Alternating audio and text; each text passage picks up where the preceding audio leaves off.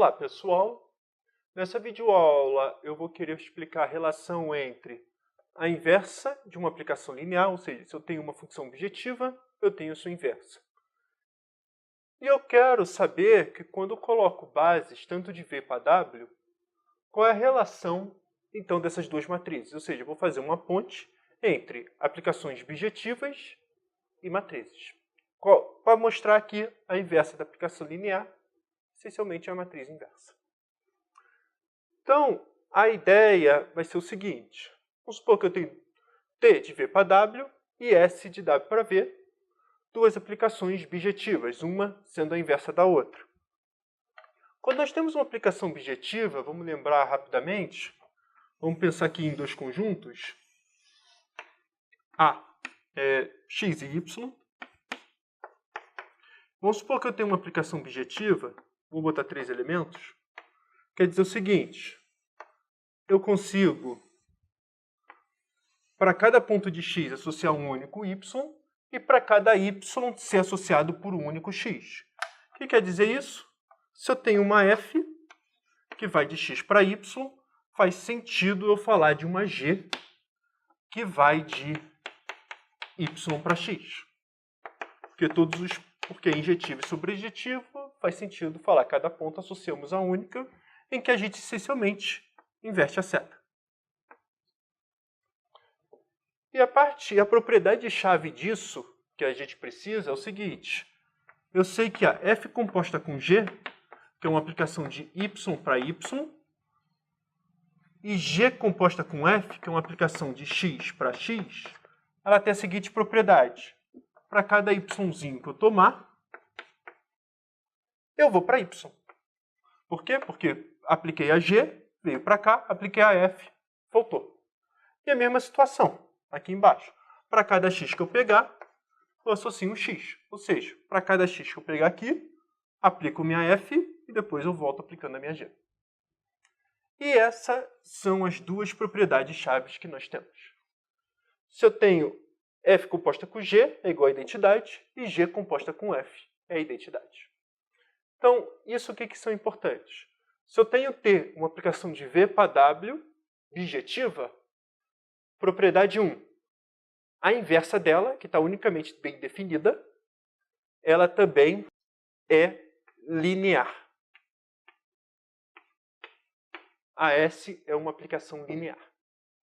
Além de ser linear, só pelo fato de ser inversa da F, inversa da T, eu tenho que T composta com F é uma aplicação de W para W, e para cada Wzinho nós associamos Wzinho.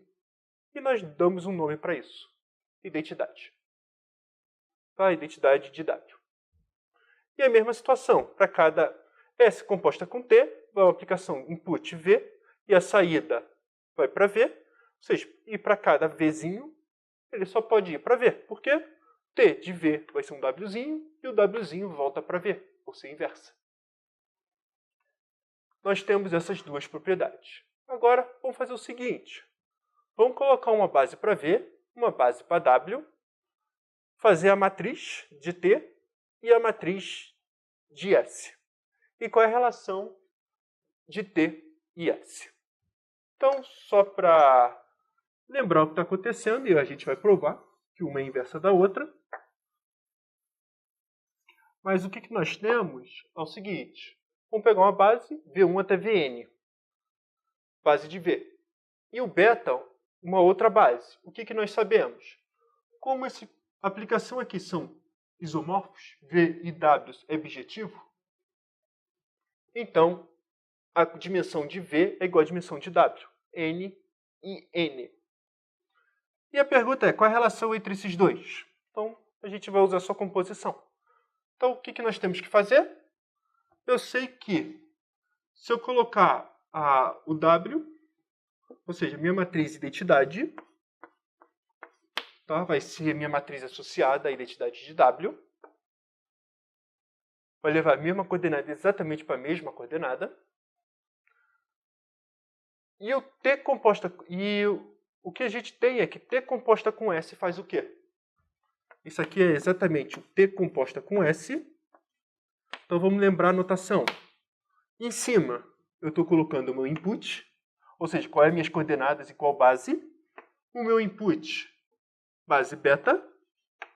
E o meu output também está na base beta.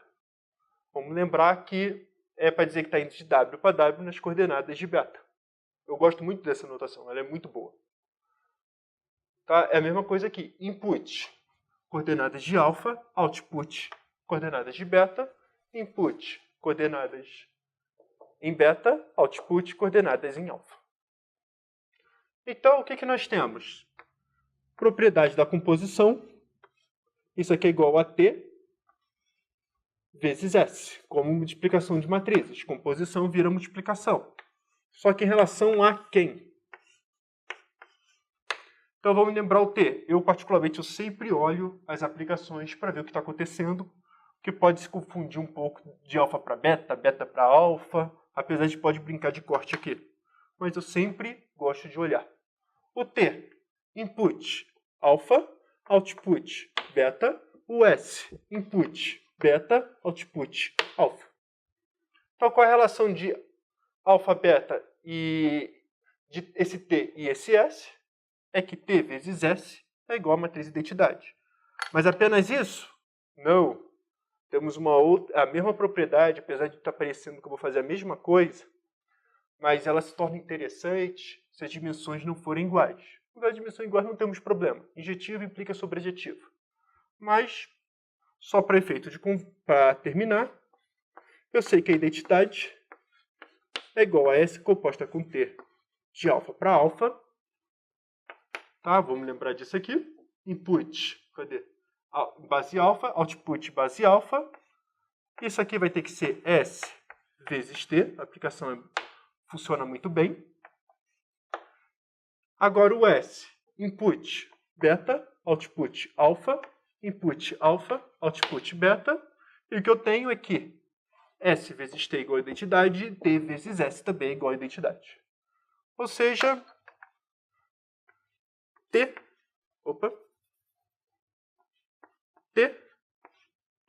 de coordenadas alfa para beta é igual a S de beta para alfa, a inversa disso. E essa é a propriedade que a gente vai precisar. E o próximo vídeo que eu quero falar é de matrizes semelhantes. Foi para isso que eu usei esse pedaço aqui. Espero que esse vídeo tenha te ajudado no aprendizado.